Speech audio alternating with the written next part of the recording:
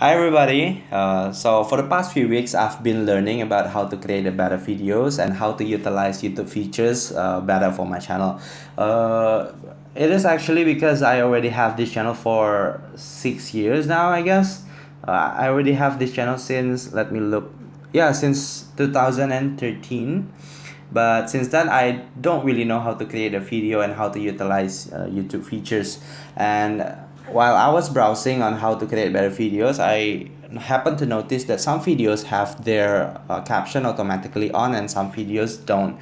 So I was very curious about this and I browsed even more and I found out that it is very easy for you to turn on the caption on your videos automatically.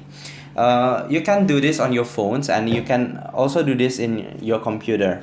Uh, Let me show you the way. First of all, you need to open your YouTube Studio and then click on the video that you would like to add an automatic caption on, and then click on text menu right here. On this text menus, you only need to type in this short code, which is YT:CC equals on. Click enter and then save. Now the caption on your video will automatically turn on.